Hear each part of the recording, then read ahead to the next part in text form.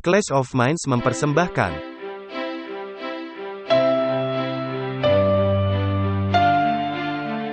Walter Veith, Martin Smith, Martin Luther, tahun 1517. Konsili Trent, tahun 1545. Luka parah, tahun 1798.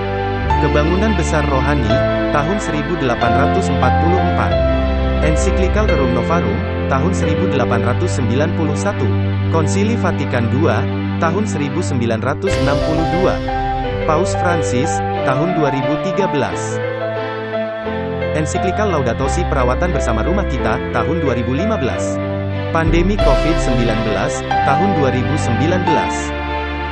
Pemilihan Presiden Amerika Serikat, tahun 2020. Perang Rusia melawan Ukraina, tahun 2022. WhatsApp Prof 167, lembu merah telah tiba, Antikristus di Bait Suci Israel 2024.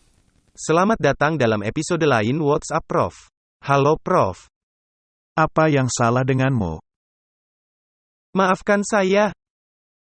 Apa kabar? Jangan tanya. Baiklah. Mari kita lanjut dengan topik kita.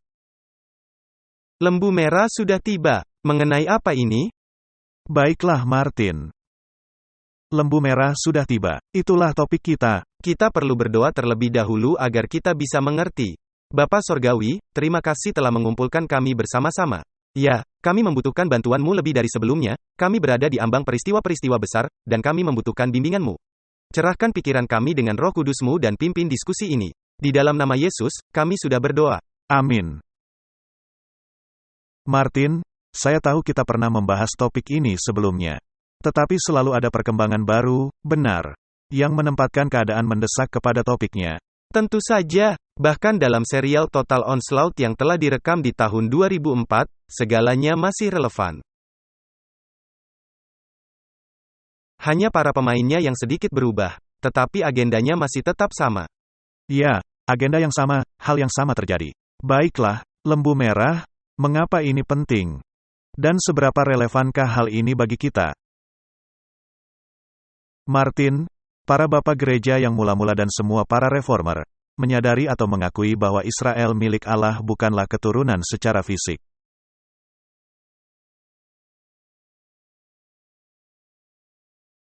Melainkan umat yang memiliki iman Abraham di sepanjang zaman, termasuk zaman kekristenan. Kita tidak akan membahas hal yang dipercayai oleh para bapak gereja, tapi mari kita mulai dengan para pembaharu. Martin Luther mengomentari kitab Galatia pasal 6. Mengenai Israel milik Allah, di sini Paulus menyerang para rasul-rasul palsu dan kaum Yahudi, yang menyombongkan tentang nenek moyang mereka, pemilihan mereka, hukumnya, dan seterusnya. Di sini dia mengutip kitab Roma 9 ayat 4 dan 5. Ini seakan-akan dia berkata, Israel milik Allah bukanlah keturunan fisik dari Abraham, Ishak dan Israel. Melainkan umat yang bersama Abraham, mempercayai janji-janji Allah. Yang sekarang dinyatakan di dalam Kristus, entah mereka orang Yahudi atau bukan Yahudi. Itu merupakan posisi dari paham Protestan. Itu merupakan posisi dari Paulus, dan yang merupakan juga posisi yang dipegang oleh para bapak gereja kita, dan juga para pioner kita. Benar, tetapi adanya orang-orang yang telah melupakan hal ini. Sebenarnya banyak orang melupakannya. Kebanyakan orang, nampaknya sudah melupakan hal itu. Mari kita melihat komentar John Calvin mengenai kitab Galatia. Mengenai Israel milik Allah. Ini adalah cemoohan tak langsung dari omong kosong dari para rasul palsu, yang menyombongkan menjadi keturunan Abraham secara daging. Ada dua golongan yang menyandang nama ini, Israel pura-pura, yang nampaknya demikian di hadapan manusia, dan Israel milik Allah. Sunat adalah penyamaran di hadapan manusia. Tetapi generasi adalah suatu kebenaran di hadapan Allah. Singkatnya, dia memberikan julukan Israel Allah kepada umat-umat yang sebelumnya tidak termasuk sebagai anak-anak Abraham oleh iman. Dia mengutip Galatia 3 ayat 29. Dengan demikian, ini mencakup semua umat percaya, entah orang Yahudi dan bukan Yahudi, yang bersatu ke dalam satu gereja atau jemaat. Itu merupakan posisi kaum reformasi. Mari kita tegaskan, itu merupakan posisi Alkitabiah. Mengapakah dunia Injili menolaknya? Karena mereka menelan ajaran Jesuit. Apakah itu pil merah? Bisa jadi. Mari kita melihat ulasan Gratan Guinness. Dia adalah ahli teologi gereja Inggris. Dia menulis buku Romanism and the Reformation, dan dia mengulas mengenai bait suci Allah. Dia berkata, amati tempat yang diduduki oleh manusia durhaka, bait suci, atau rumah Allah. Ini tidak mungkin bait suci Yahudi yang manapun. Ini sebuah penekanan, bukan? Ya, dengan terus terang. Paulus yang memakai ungkapan ini dalam penggambaran nubuatannya mengenai paham Roma. Memakainya dalam tulisan kepada jemaat Korintus dan Efesus, dengan rujukan kepada gereja Kristen. Dalam surat kedua kepada jemaat Korintus, yang dituliskan kepada orang-orang Kristen bukan Yahudi. Dia berkata, kalian adalah bait suci Allah yang hidup. Dalam tulisan kepada jemaat di Efesus, Paulus menyebut gereja sebagai bait suci yang kudus, suatu tempat tinggal Allah, melalui Roh. Bagi Paulus, sangat jelas bait suci Allah adalah gereja Kristus. Itulah hal yang mereka pahami. Ini adalah bait suci, di mana mata nubuatannya melihat manusia durhaka duduk. Ini bukanlah orang dalam bait suci terbuat dari batu, melainkan satu kuasa dalam gereja Kristen. Apakah ini terang-terangan? Ya, dan sangat jelas dan seperti apa yang dikatakan Alkitab. Ini sangat Alkitabiah. Mari kita membaca kesaksian dari roh nubuat. Perjanjian Lama dan Perjanjian Baru tidak dapat dipisahkan, karena dua-duanya merupakan pengajaran Kristus. Pengajaran orang-orang Yahudi, yang hanya menerima Perjanjian Lama, tidaklah menjadi keselamatan. Karena mereka menolak Juru Selamat, yang kehidupan dan pelayanannya merupakan penggenapan hukum dan nubuatan. Dan pengajaran orang-orang yang membuang Perjanjian Lama tidak menjadi keselamatan, karena menolak hal yang merupakan kesaksian langsung Kristus. Orang-orang yang meragukan dimulai dengan penghilangan Perjanjian Lama. Dan lanjut dengan langkah selanjutnya dengan mengingkari keabsahan Perjanjian Baru, jadi dua-duanya mereka tolak. Ini sungguh heran, betapa tuanya hal ini, dan masih terjadi. Ini merupakan tipuan lama, mengapa mesti dirubah jika ini memang berhasil? Itulah yang dikatakan iblis. Tepat sekali, iblis tidak membuat hal yang baru. Iblis menghadirkan tipuan lamanya, karena orang-orang lupa, bagaimana hal itu telah terjadi di masa lalu. Baiklah, kita telah menetapkan bahwa bait suci, yang dipercayai oleh kaum reformator adalah gereja. Dan bahwa Injil adalah satu kesatuan yang utuh, dan Anda tidak bisa membagi-baginya. Meskipun demikian, mereka akan mendirikan bait suci yang baru. Dan itu yang menjadi rencana mereka, menurut Gerson Salomon. Jemaat Temple Mount telah menyiapkan batu penjuru untuk diletakkan, dan dia menjadi ketua dari jemaat Temple Mount. Mount Faithful merupakan organisasi utama di Israel, yang mengupayakan pendirian kembali bait suci yang ketiga. Dan dia mengusulkan dengan mengatakan, pemerintahan Netanyahu akan menjadi kabar baik untuk prospek pembangunan kembali bait suci. Dan sekarang mereka memiliki pemerintahan Netanyahu yang sangat konservatif, yang pastinya sangat menyukakan mereka. Ya, tetapi sempat Netanyahu tidak lagi berkuasa. Tetapi sekarang kembali berkuasa, dan menjadi Perdana Menteri, maka segalanya kembali menjadi pusat perhatian. Nah, kita tahu Bukit Bait Suci, di puncaknya ada kubah karang. Dan apakah itu akan menjadi masalah atau tidak menjadi masalah? Nah, dalam tahap ini masih menjadi masalah. Tetapi dengan segala hal yang terjadi, saya rasa ini tidak akan lagi menjadi masalah. Benar sekali, tidak akan menjadi masalah lagi. Jadi, apakah akan terlaksana, atau tidak terlaksana, masih berdiri di lokasi yang sama. Atau bisa saja mirip dengan gedung yang mereka dirikan untuk rumah Abraham. Ya, itulah yang nampaknya akan terjadi. Nah, di sini ada pengajaran kaum dispensasi atau pembagian waktu. Dan menyatakan bahwa orang-orang Kristen tertarik kepada Yerusalem dan Israel. Nah, Mari kita tegaskan bahwa Israel modern yang ada sekarang merupakan bentukan masonik.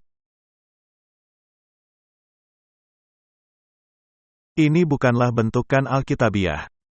Ini adalah bentukan masonik. Nah, ini sesungguhnya suatu penipuan, karena mereka mengambil ayat Alkitab yang mengatakan, orang Israel akan dikumpulkan dari berbagai bangsa dan bahasa, dan membuatnya menjadi hal literal. Benar. Nah, rencana siapa, dan mengapa dan apa yang menjadi agendanya? Kita mesti memahami hal yang dikatakan Alkitab, karena kalau tidak, maka orang-orang akan disesatkan. Benar. Dan mata semua orang akan mengarah ke sana. Baiklah, coba kita lihat apa yang ingin dikatakan oleh kaum dispensasi ini. Orang-orang Kristen di seluruh dunia terdampak oleh peristiwa yang terjadi di Israel. Bagaimana caranya? Untuk satu hal, mereka sedang menunggu tanda-tanda yang menunjuk kepada kedatangan Yesus Kristus kedua kali. Mungkin salah satu tanda paling bermakna yang mereka harapkan adalah pembangunan kembali Bait Suci Kudus di Bukit Moria, yang adalah Bait Suci ketiga. Dan pembentukan kembali upacara persembahan korban perjanjian lama. Ini akan diikuti secara nubuatan oleh kemunculan manusia durhaka, antikristus, di Bait Suci. Untuk menghentikan semua upacara itu, guna mengakhiri semua doa dan persembahan korban. Ini disebut sebagai kekejian yang membinasakan atau kekejian yang membinasakan. Lalu mereka mengutip kitab Daniel 9 ayat 27 dan seterusnya. Ya, kita mesti menegaskan bahwa yang kita baca di sini bukanlah pengajaran sejati. Kita baru saja membaca hal yang dikatakan Gratan Guinness. Katanya bukanlah bait suci dari batu, dan bahwa antikristus bukanlah manusia yang akan datang dan masuk ke dalam gedung yang terbuat dari batu. Antikristus adalah suatu kekuasaan yang duduk di dalam gereja Kristen. Dan mereka telah mengidentifikasikannya sebagai kepausan Roma. Itu saja. Nah, yang ini merupakan teologi yang sama sekali baru. Jadi, kembali kita mesti menegaskan, dari mana asalnya. Ini berasal dari pena Jesuit. Dan selalu seperti yang terjadi, segala kemurtadan yang ada di dunia ini, nampaknya berasal dari sumber itu. Jadi kaum dispensasi mempercayai hal yang dikatakan oleh Louis S. Chafer. Kaum dispensasi meyakini bahwa di sepanjang zaman, Allah sedang mengupayakan dua tujuan berbeda. Yang satu berkaitan dengan bumi, dengan manusia bumi dan tujuan bumi yang ada. Dan yang lainnya berkaitan dengan sorga, dengan penghuni sorgawi dan tujuan sorgawi yang ada. Martin, jadi ada dua rencana, yang tidak masuk akal, karena tidak pernah disebutkan di dalam Alkitab adanya dua rencana. Dan ketika kekristenan muncul dalam sistem Yahudi,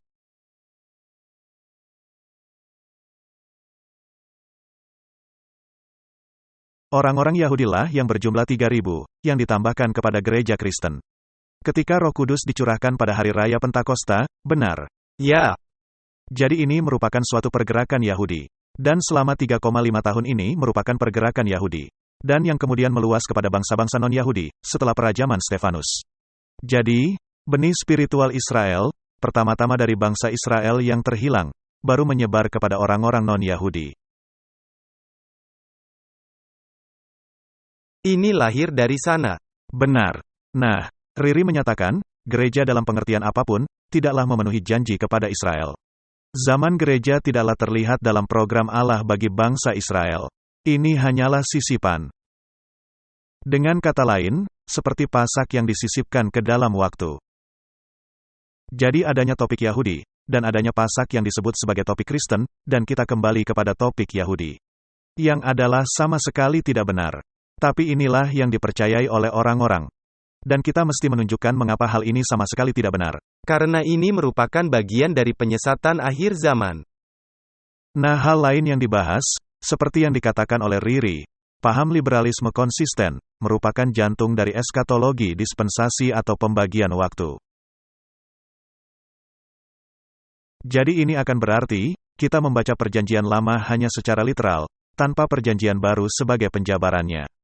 Ini sangat tidak masuk akal, karena kita baru saja melihat pernyataan dari roh nubuat bahwa Anda tidak bisa melakukan hal itu. Berapa banyak yang ingin memotong perjanjian lama dari perjanjian baru? Banyak. Kristus mesti memerintah di atas tahta Daud sesungguhnya dan bahwa bangsa-bangsa kuno, seperti Edom, Moab dan Amon, mesti kembali dibangkitkan, untuk melayani bangsa Israel literal. Yang kembali tidak masuk akal. Jadi, dari mana asal semua ini, Martin? Nah, ini berasal dari pena kaum Jesuit. Dan mengapa mereka mesti menemukan sistem yang dibuat sengaja ini? Guna mengalihkan perhatian dari mereka. Ya, karena mereka telah diidentifikasi sebagai anti-Kristus. Dan bagaimana bisa jalan suatu pergerakan oikumene, jika semua orang mengetahui Anda menjadi anti-Kristus? Tidak ada yang mau bergabung kepada Anda. Jadi Anda mesti mendinginkan suasana, dan dunia Protestan menelan bulat-bulat dusta ini. Jadi paham futurisme. Francisco Ribera, seorang doktor teologi Jesuit yang lahir di Spanyol, mulai menulis komentar panjang lebar di tahun 1585.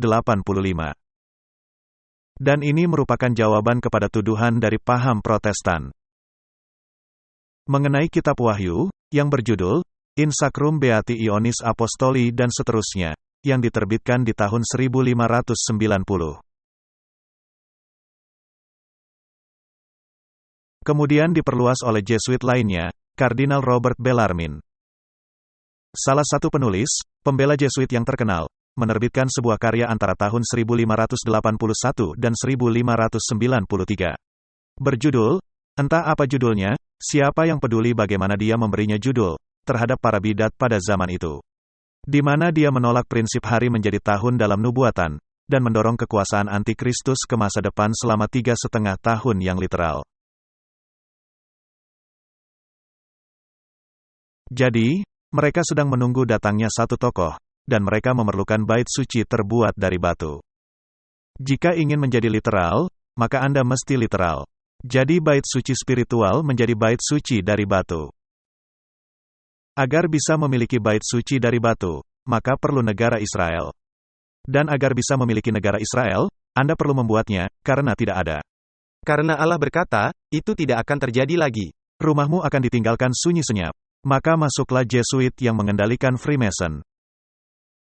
Dan sistem perbankan yang mereka gulirkan, melalui Rothschild dan Rockefeller, dan mereka menciptakan negara Israel.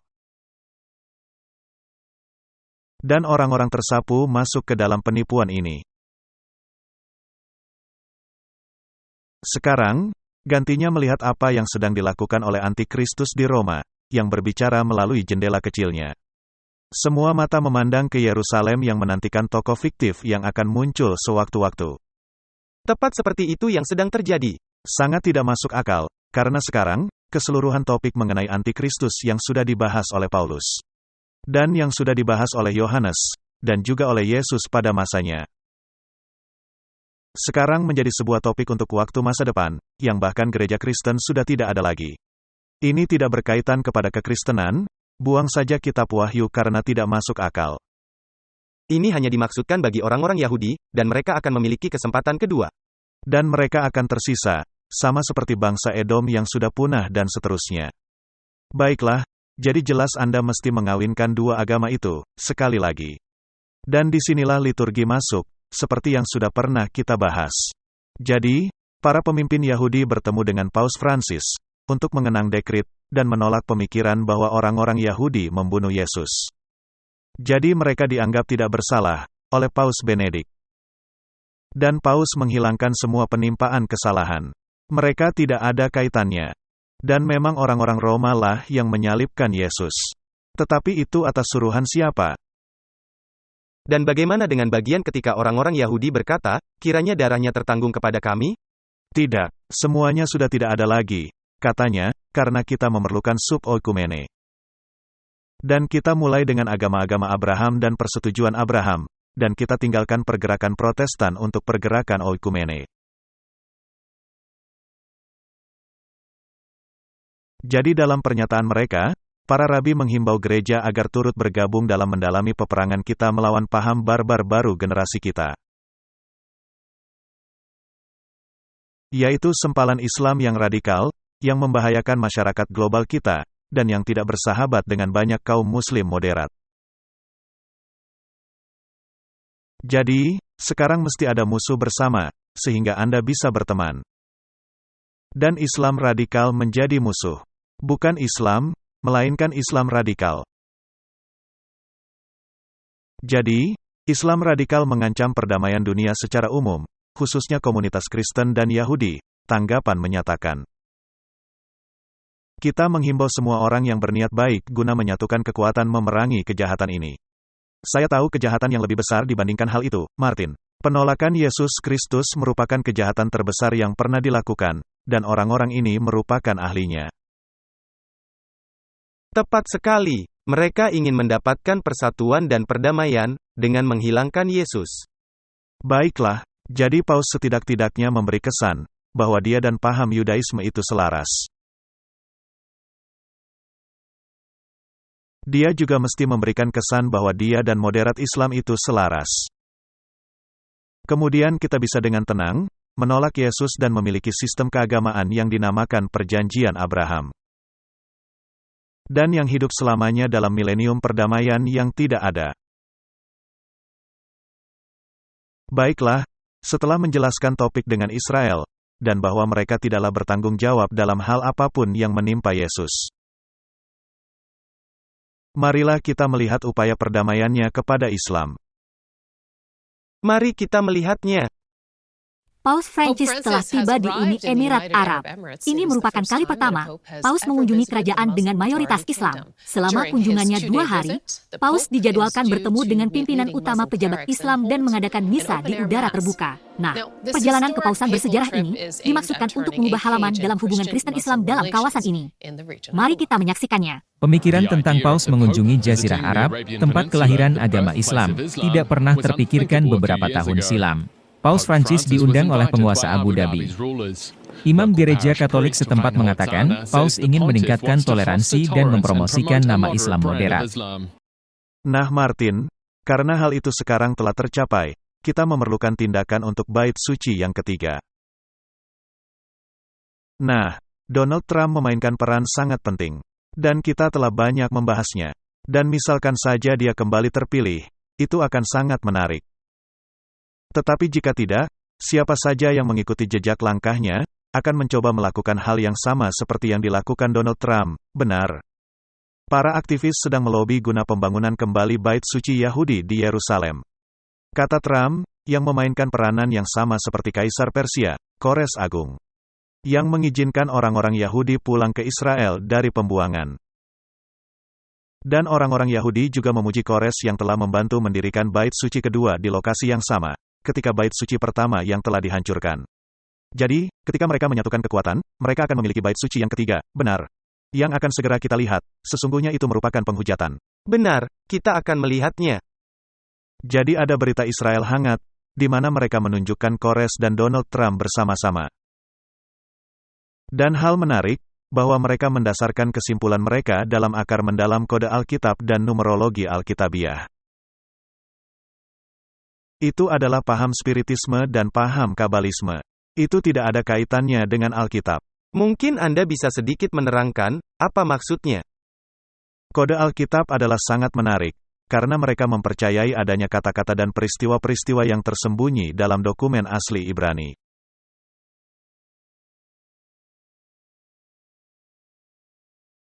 Nah, Anda mesti memahami cara kerjanya, karena bahasa Ibrani tidak memiliki huruf vokal.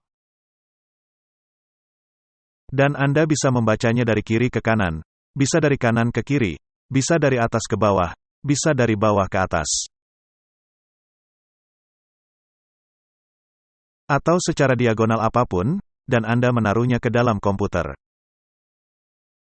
Katakan saja Anda mencari nama, seperti Adolf Hitler. Nah, ada banyak huruf vokal dalam Adolf Hitler. Jika Anda membuangnya, maka hanya ada Dov. Adolf akan menjadi Dov. Dan Hitler akan menjadi HTR. Begitu. Maka sekarang Anda mesti mencarinya dalam pencarian komputer, secara diagonal apa saja. Salah satu kemungkinan yang ada di dalam Alkitab, Anda menemukan Dov di suatu tempat, dan Anda berkata, saya menemukan Adolf di sini.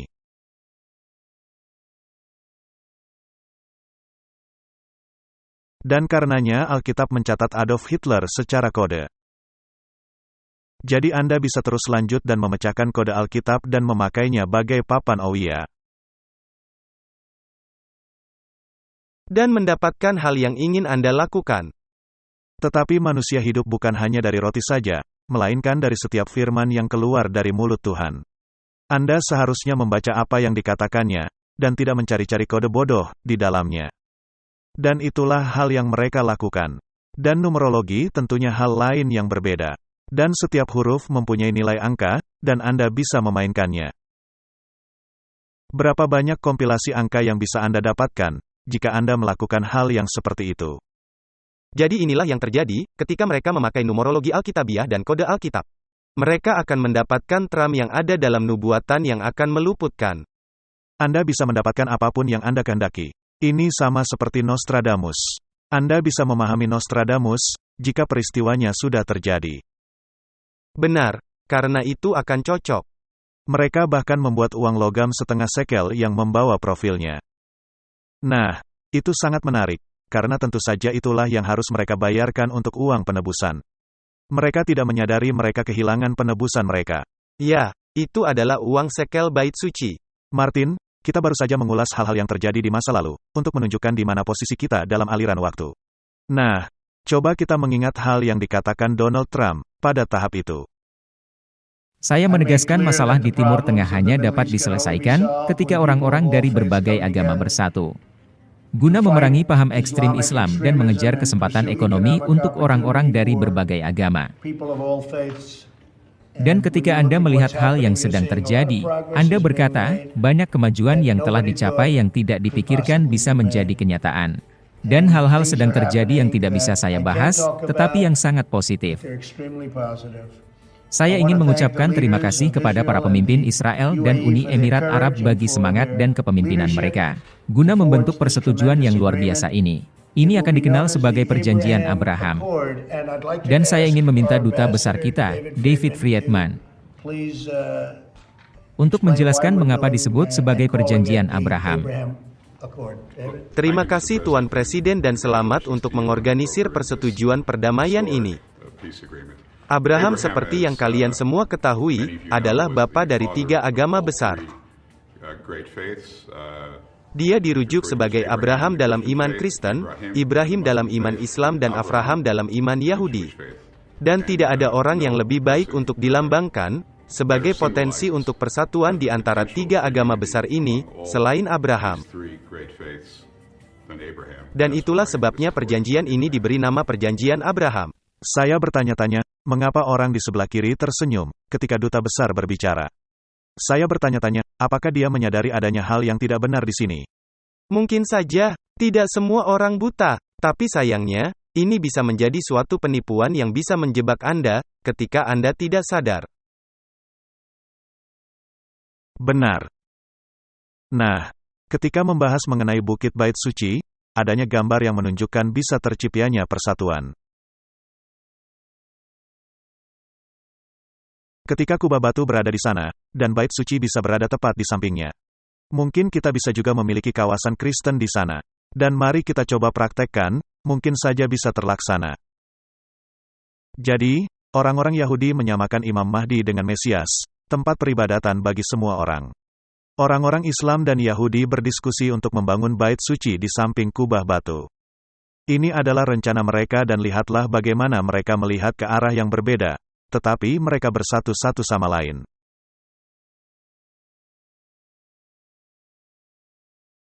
Nah, sekarang ini mereka telah mendirikan rumah keluarga Abraham. Ingat ketika kita memulai serial ini 3 tahun silam. Kita membuat episode, di mana kita menjelaskan mereka sedang merencanakan membuat hal ini. Dan sekarang sudah terlaksana. Mari kita melihat apa yang mereka sudah kerjakan. Kunjungan ke rumah keluarga Abraham. Gereja Santo Francis. Nikmati karya kayu-kayuan di plafon.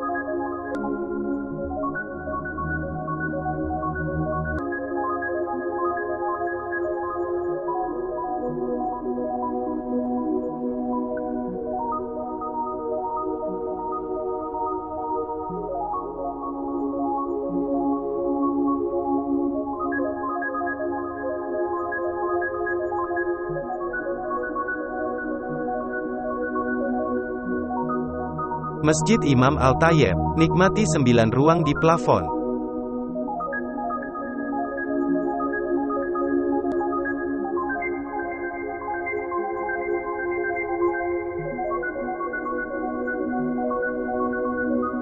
Sinagoga Moses ben Maimon. Karena hari Sabtu kami tidak bisa memasuki sinagoga karena Sabat Saharit. Jadi Martin, di sana mereka telah mendirikan rumah Abraham dengan 3 agama. Jadi, tempat ibadah pertama disebut Gereja Santo Francis, yang tentunya merujuk kepada Francis dari Assisi.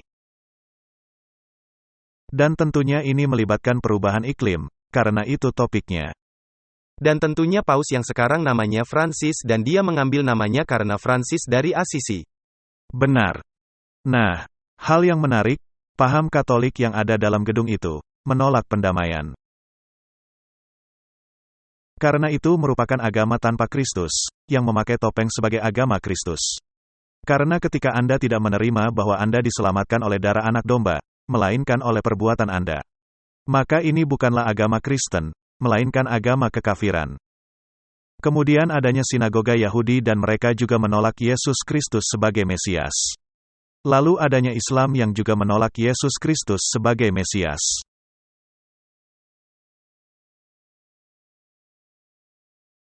Jadi adanya perjanjian Abraham, tanpa Yesus. Baiklah. Nah, hal lainnya ialah, adanya gereja Katolik, adanya kelompok Islam, yang kemungkinannya dibuat oleh paham Katolik Roma. Lalu adanya sinagoga, dengan Israel modern, yang juga berasal dari Jesuit. Benar. Dan mari kita pastikan, Mesias yang dibahas ini, bukanlah Yesus. Jadi mari menanyai salah satu anggota Sanhedrin, untuk menjernihkan topik permasalahan ini bagi kita. Mesias akan menjadi hakim. Mesias akan menjadi hakim, tapi bukan untuk hal yang dia lihat, hal yang dia dengar, melainkan hal yang dia cium baunya. Apakah Anda meyakini Mesias bin Daud akan datang ke bait suci ini? Ya, ini akan segera terjadi, dan dia adalah orang Yahudi dan ini bukanlah Yesus. Jika orang-orang Kristen ingin memegangnya, silahkan saja. Tetapi kami tidak akan pernah merubah pikiran kami lebih baik pergi kembali ke Auschwitz, daripada merubah agama kami. Ini hal utama. Kami adalah setia. Apa yang akan terjadi jika orang-orang Kristen menolak Mesias ini, dan berpegang hanya kepada Yesus? Memang begitu nampaknya. Kita lihat saja nanti, saya tidak tahu, karena saya bukan Mesias. Jadi Martin, orang tadi mengatakan, Mesias itu orang Yahudi, dan bukan Yesus. Jika orang-orang Kristen ingin mempercayai Yesus, itu adalah masalah mereka. Tetapi bukan Yesus. Mereka tidak akan menerimanya dan lebih baik kembali pergi ke Auschwitz. Nah, saya harap keinginannya tidak menjadi kenyataan dalam bentuk lainnya. Karena segera mereka mesti mempertanggungjawabkan atas penolakan Yesus Kristus untuk kedua kalinya.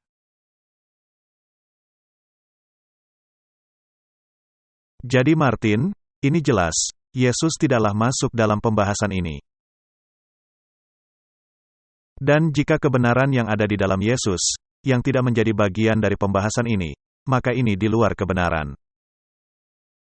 Benar, dan Anda tidak bisa berkaitan dengan hal ini sama sekali. Benar, ini adalah benar-benar penyesatan, ini adalah suatu hayal dari pemikiran Jesuit. Dan ini mesti ditolak sama sekali oleh semua orang yang memiliki dasar Alkitabiah. Jadi, marilah kita melihat dasar Alkitabiah. Nah, di dalam Alkitab terdapat pengajaran yang sangat utama yang berlaku dalam banyak level, yaitu topik mengenai perlambangan dan penggenapan. Jadi, marilah kita melihat buku The Companion to the Bible, oleh Burroughs, dan menanyakan definisi mengenai perlambangan dan penggenapan. Dikatakan, perlambangan adalah lambang yang dipakai Allah untuk membayangkan sesuatu yang lebih tinggi di masa yang akan datang, yang disebut penggenapan. Nah, mungkin ada yang bertanya apa itu arti adumbret. Mari kita mendefinisikannya. Artinya menyatakan secara garis besar, atau membayangkan suatu peristiwa di masa depan. Jadi, Perlambangan merupakan sesuatu yang membayangkan peristiwa masa depan. Contoh terbaik yang bisa ditemukan adalah anak domba yang membayangkan penggenapan anak domba. Anak domba yang mengangkut dosa dunia, yaitu Yesus Kristus. Dan penggenapannya selalu jauh lebih besar daripada perlambangannya. Yang satu menjadi model, atau pernyataan secara garis besar, dan yang lainnya merupakan kenyataan. Itu adalah pengajaran yang sangat penting. Dan sekali saja Anda mulai memahaminya dan menerapkannya, maka Anda tidak bisa tergelincir dalam jalan licin paham literal. Seperti yang ingin dilakukan oleh kaum dispensasi. Karena kemudian Anda akan menghancurkan semua bagian penggenapan. Benar. Jadi ketika berkaitan dengan bait suci, dan segala sesuatu yang ada di dalamnya. Segala sesuatunya merupakan perlambangan dari kenyataan yang lebih besar. Seorang yang lebih besar daripada bait suci ada di sini, kata Yesus. Baiklah, jadi Yesus juga merupakan penggenapan bait suci. Dan sebagai contoh, kaki Dian merupakan perlambangan Yesus sebagai terang dunia. Jadi segala sesuatunya merupakan perlambangan. Dan sekarang, mereka mengambil perlambangan dan menjadikannya literal atau sesungguhnya. Jadi sebagai contoh, tabut perjanjian. Tabut perjanjian adalah seperti yang dikatakan, ini adalah perjanjian. Tetapi adanya begitu banyak perlambangan yang melekat kepadanya. Contohnya, tutup pendamaian, yang ada di atas. Melindungi Anda dari kutuk hukum, dan terbuat dari emas murni. Itu melambangkan Yesus. Itu melambangkan Yesus yang melindungi Anda dari kutuk hukum, dengan mengambil kutuk hukum itu kepada dirinya sendiri. Ini juga melambangkan tahta Allah. Ini merupakan kedudukan dari otoritas Allah. Para malaikat rindu melihatnya, dan memandang kepada tabut dengan kagum dan penuh hormat. Adanya banyak perlambangan dan tipologi di dalam konstruksi bait suci. Dan ritual yang ada. Ritual persembahan korban menunjukkan kepada kenyataan yang lebih besar, persembahan besar korban yang harus dibuat untuk manusia. Tanpa penumpahan darah, tidak ada pengampunan dosa. Dan upacara dari lembu merah adalah sangat penting, karena itu tentunya dipakai untuk menguduskan keimamatan. Dan lembu merah, warna merah melambangkan darah Kristus. Dan bahwa Kristus itu murni, dan tidak adanya kesalahan, sama seperti pada anak domba, tidak boleh bercacat. Maka lembu merah juga tidak boleh bercacat untuk pengudusan. Karena bahkan imam juga merupakan perlambangan Kristus. Segala sesuatunya merupakan perlambangan. Jadi sekarang di sini adanya perkembangan baru yang menarik, dari tanggal 22 Mei tahun 2023, dari laporan CBN. Upacara lembu merah, mungkin bisa segera dilaksanakan. Karena mereka pada akhirnya membiakkan lembu merah asli. Dan mereka telah dibawa ke Israel untuk event ini. Nah, ini tentunya menaruh kerangka waktu di dalamnya. Benar, karena sekarang secara tiba-tiba memberikan penanggalan. Benar, karena lembu merah mesti berumur 3 tahun. Itu juga sangat menarik. Pelayanan Yesus selama 3,5 tahun. Umur lembu mesti 3 tahun. Dan tipologinya sangat besar. Nah, sekali saja mereka melaksanakan hal ini, dan menahbiskan keimamatan, itu berarti mereka menolak keimamatan Kristus. Apakah pemimpin Sanhedrin tadi mengatakannya? Pemimpin Sanhedrin itu tepat mengatakannya. Jadi dengan kata lain, ini mesti didasarkan atas penipuan. Dan di sini ada orang yang melaporkan melalui berita CBN. Dan dia juga merasa bingung, dan membuat poin yang sangat penting. Benar, mari kita dengarkan. Mari kita dengarkan apa yang dikatakannya. 9 imam Yahudi menyediakan sebidang tanah di Bukit Zaitun dengan 5 lembu merah. Semua unsur ini ada, yang dipercaya orang Yahudi dan orang non-Yahudi, menjadi kunci guna membangun bait suci ketiga Yahudi.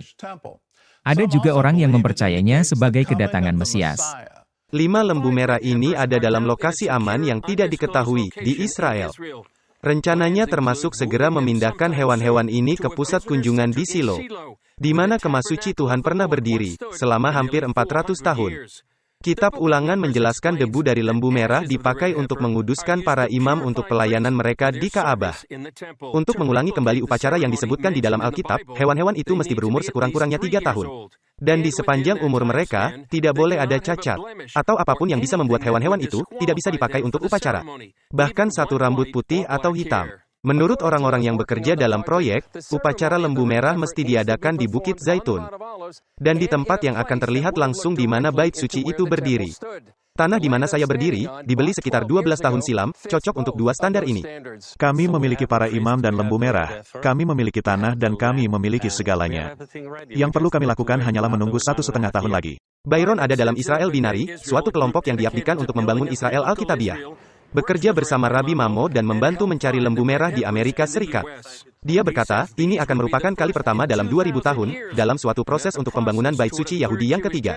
Dimulai ketika orang-orang Yahudi mulai pulang ke tanah perjanjian. Dari 4 penjuru dunia, yang memuncak dengan Israel menjadi sebuah negara. Stinson berkata mereka merencanakan mengundang semua orang untuk upacara lembu merah, yang bisa terjadi saat Paskah tahun 2024.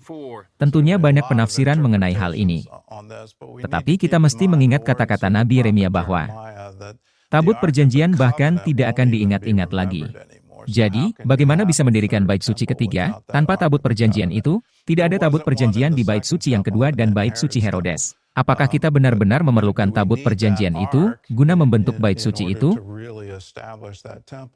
Lalu adanya kata-kata dari Stefanus, sementara dia dirajam, bahwa Allah tidaklah berdiam dalam Ka'bah yang terbuat dari manusia. Allah berdiam dalam diri Anda dan saya. Jadi apakah kita menjadi bait suci yang ketiga? Nah, jelas orang-orang memiliki pemikiran berbeda akan hal ini. Bait suci mesti berdiri di bukit bait suci, agar Mesias bisa datang. Apakah Mesias akan membangun kembali bait suci itu? Jika memang demikian, apa yang akan menjadi persembahan korban?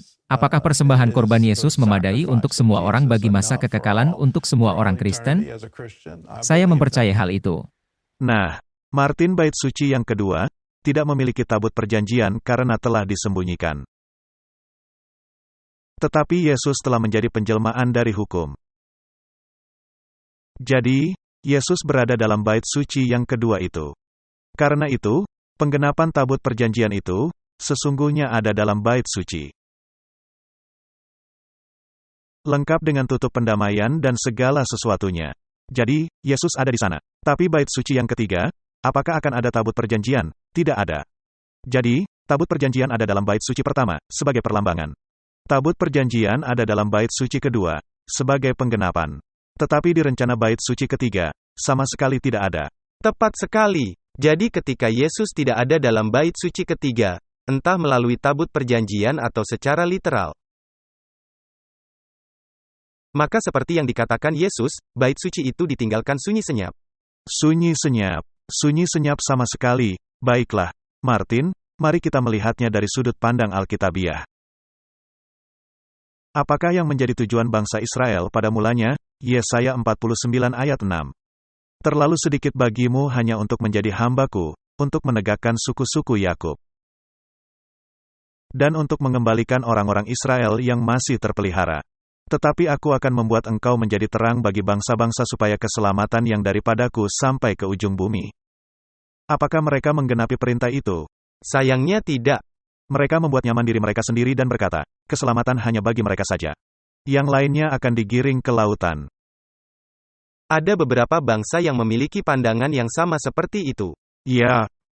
Baiklah, Yohanes 3 ayat 18, barang siapa percaya kepadanya, ia tidak akan dihukum. Barang siapa tidak percaya, ia telah berada di bawah hukuman, sebab ia tidak percaya dalam nama Anak Tunggal Allah. Bukankah mereka baru saja mengakui bahwa mereka tidak percaya Yesus? Jadi apakah mereka tetap dihukum? Bukan sebagai suatu pribadi, melainkan sebagai suatu bangsa. Semua orang berkesempatan menggapai kerajaan Allah. Tetapi satu-satunya jalan menuju kepada kerajaan sorga, hanya melalui Yesus, tetapi mereka menolaknya. Mereka telah menolak Yesus, dan sampai sekarang masih tetap menolak Yesus. Jadi dengan kata lain, perencanaan mereka guna pembangunan kembali Ka'bah dan semua lembu merah dan segala sesuatu yang diperlukan untuk hal itu merupakan penyesatan. Matius 23 ayat 37. Yerusalem, Yerusalem, engkau yang membunuh nabi-nabi dan melempari dengan batu orang-orang yang diutus kepadamu. Berkali-kali aku rindu mengumpulkan anak-anakmu, sama seperti induk ayam mengumpulkan anak-anaknya di bawah sayapnya, tetapi kamu tidak mau. Apakah mereka berubah? Tidak. Matius 23 ayat 38, lihatlah rumahmu ini akan ditinggalkan dan menjadi sunyi. Apa artinya? Itu artinya, tidak lagi dipakai. Sudah selesai. Sudah berakhir. Apakah ada gunanya membangun bait suci ketiga? Tidak ada. Seperti yang Anda bilang, itu adalah penyesatan. Baiklah, mari kita melihat apa yang Lukas katakan mengenai itu. Lukas 13 ayat 35, sesungguhnya rumahmu ini akan ditinggalkan dan menjadi sunyi. Tetapi aku berkata kepadamu, kamu tidak akan melihat aku lagi hingga pada saat kamu berkata, diberkatilah dia yang datang dalam nama Tuhan. Dengan kata lain, tidak hingga kedatangan Yesus kedua kali. Bukan seseorang yang akan berjalan di bumi, dan yang akan membangun kembali bait suci dan duduk di bait suci. Seperti yang dikatakan orang tadi, mereka tidak sedang menunggu Yesus, melainkan yang lainnya, yang pasti bukan Yesus. Nah, Yesus telah meramalkan kehancuran Yerusalem di dalam kitab Matius 24. Matius 24 ayat 1, sesudah itu Yesus keluar dari bait Allah, lalu pergi. Maka datanglah murid-muridnya dan menunjuk kepada bangunan-bangunan bait Allah. Ia berkata kepada mereka, kamu melihat semuanya itu.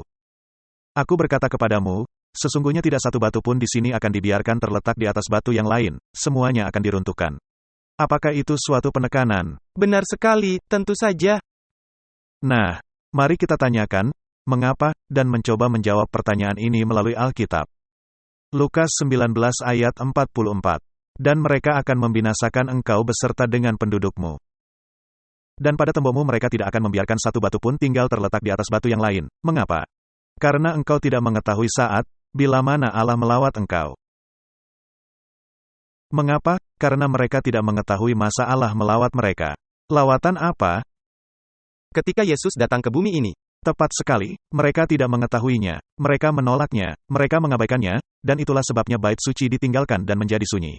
Dan selama mereka menolak Yesus, bait suci menjadi sunyi. Baik, apa artinya rumah atau bait suci? Mari kita lanjut dengan kitab Markus. Markus 1 ayat 15, katanya, waktunya telah genap, kerajaan Allah sudah dekat. Bertobatlah dan percayalah kepada Injil.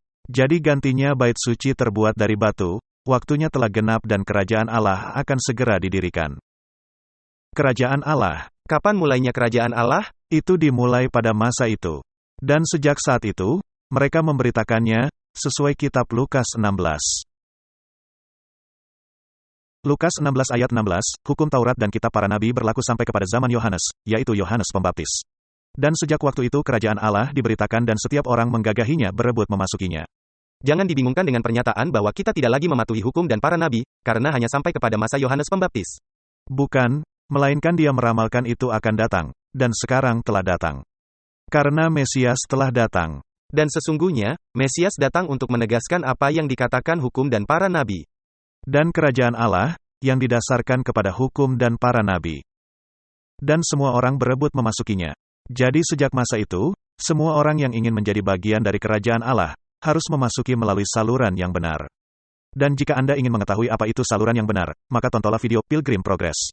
Maka Anda memahami, Anda memerlukan dokumen untuk masuk, yakni kebenaran Kristus. Tutup pendamaian itu. Markus 9 ayat 1, katanya lagi kepada mereka, aku berkata kepadamu, sesungguhnya di antara orang yang hadir di sini ada yang tidak akan mati. Sebelum mereka melihat bahwa kerajaan Allah telah datang dengan kuasa. Jadi Yesus memberikan penunjukan di Gunung Pemuliaan. Ini adalah saatnya ketika hukum dan para nabi, yaitu Musa dan Elia yang ada di samping Yesus, akan mencapai puncaknya dalam kerajaan Allah.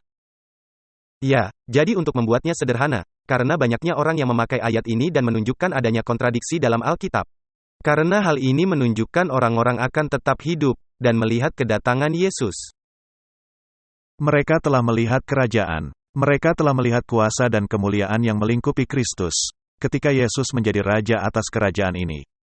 Di atas gunung pemuliaan itu. Benar.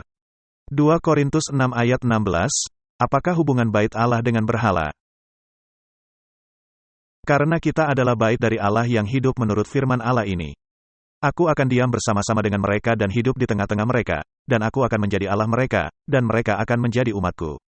Jadi perlambangan telah digenapi. Bait suci berdiri untuk umat-umat Allah. Umat-umat Allah mesti dikaitkan dengan bait suci. Tapi di dalam bait suci kedua, adanya Yesus Kristus sebagai penjelmaan hukum.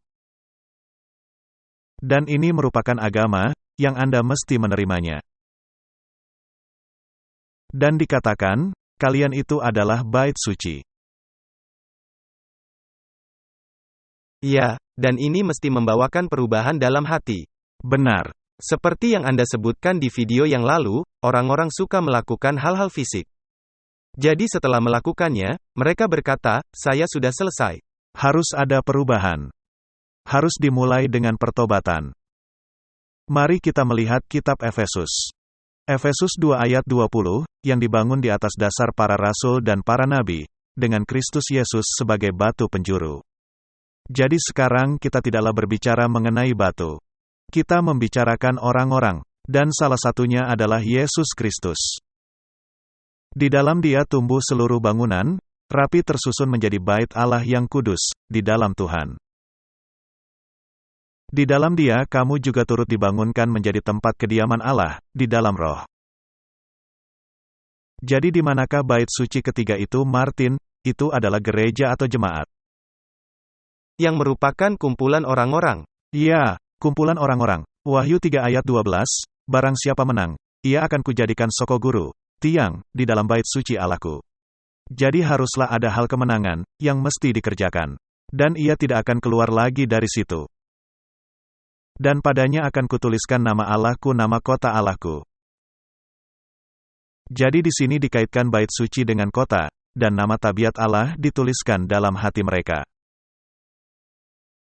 Dengan kata lain, aku akan menaruh hukumku dalam hati mereka. Yaitu Yerusalem baru, yang turun dari sorga dari Allahku, dan akan kutuliskan namaku yang baru padanya.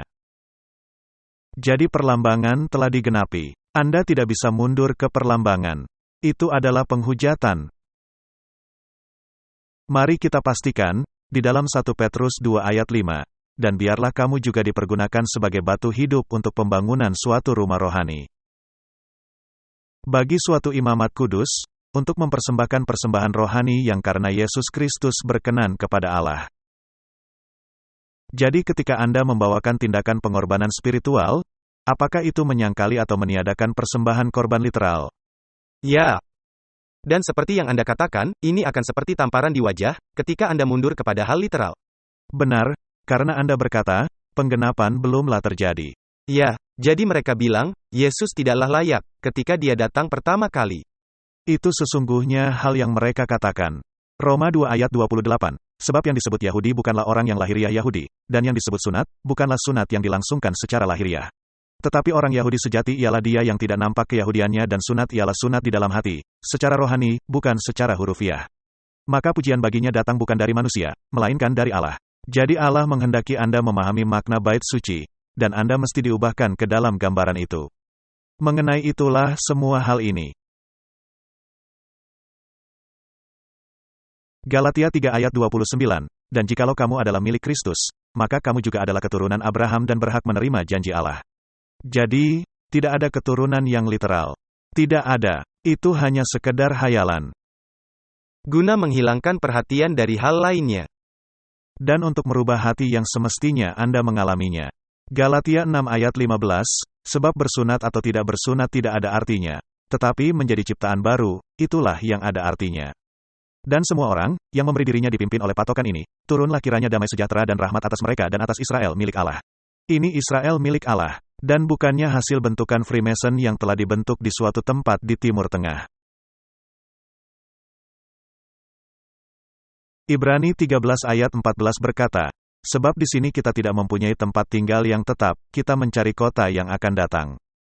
Ibrani 11 ayat 10 berkata, sebab ia menanti-nantikan kota yang mempunyai dasar, yang direncanakan dan dibangun oleh Allah.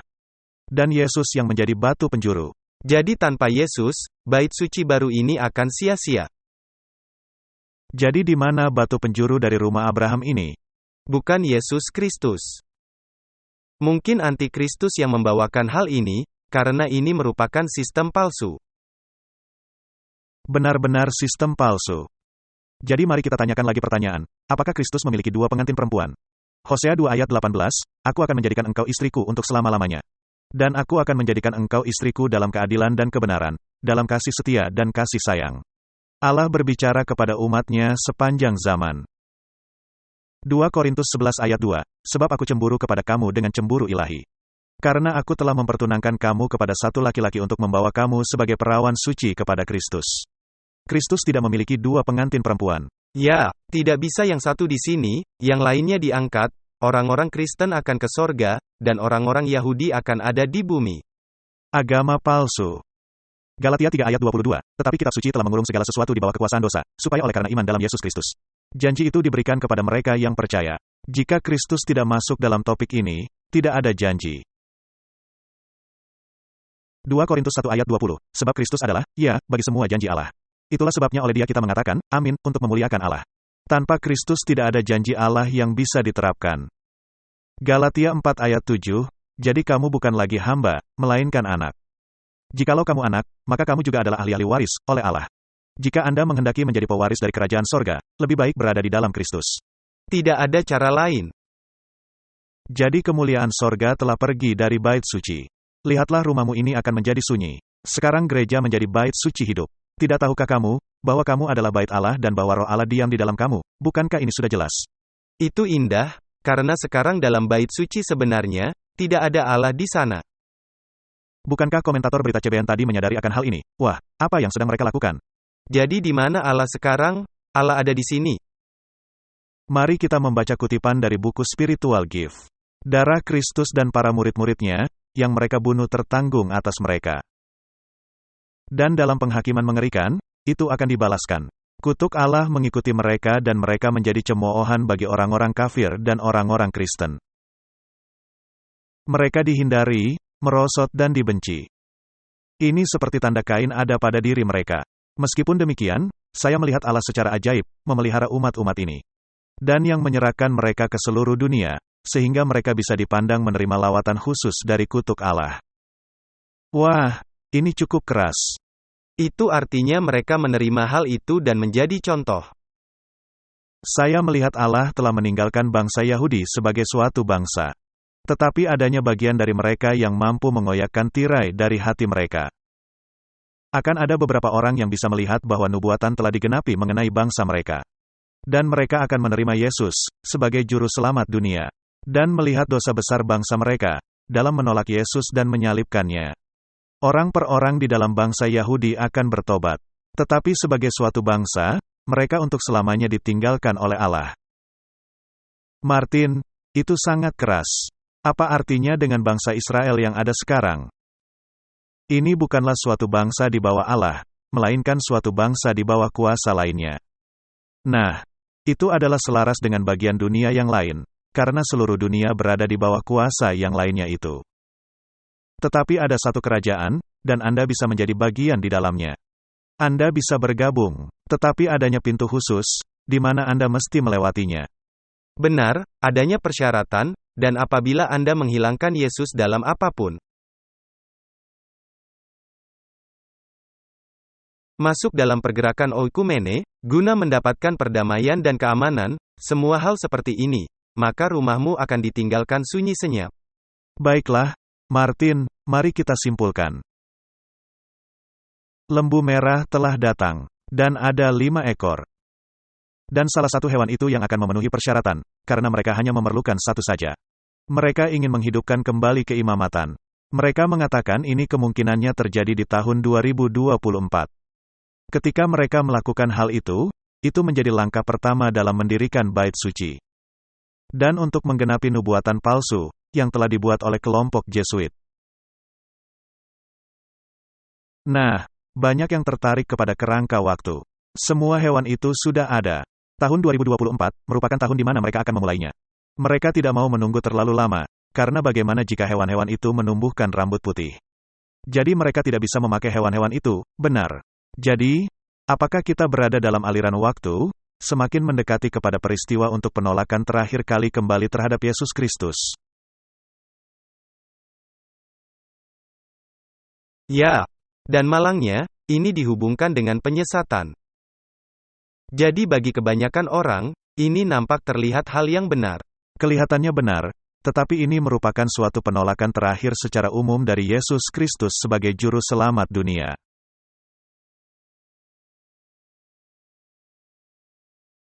Kiranya Allah memberi kita hikmat. Pelajari Alkitab Anda, dan menyadari siapa itu bait suci dan lihat saja ajang permainan. Lihat hal yang sedang terjadi, lihat saja seolah-olah seperti sebuah film. Tetapi ingat, peristiwa yang sedang terjadi itu menunjukkan keadaan mendesak, yang diminta untuk mengadakan perubahan dalam hati kita. Marilah kita berdoa. Bapa kami di surga, dunia sedang hidup dalam dusta. Segala sesuatu yang ada di sekitar kita adalah dusta. Dan kami telah membahasnya sebelumnya. Tetapi adanya kebenaran yang bisa dicari, di tengah-tengah dusta.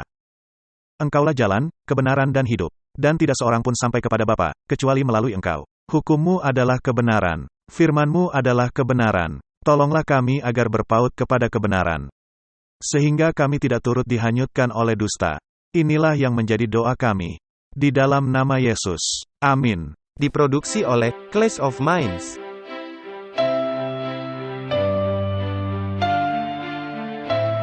Menampilkan pembicara, Walter Veit dan Martin Smith. Ucapan terima kasih yang tulus untuk dorongan semangat, doa-doa, dan dukungan finansial melimpah. Untuk detail kontak.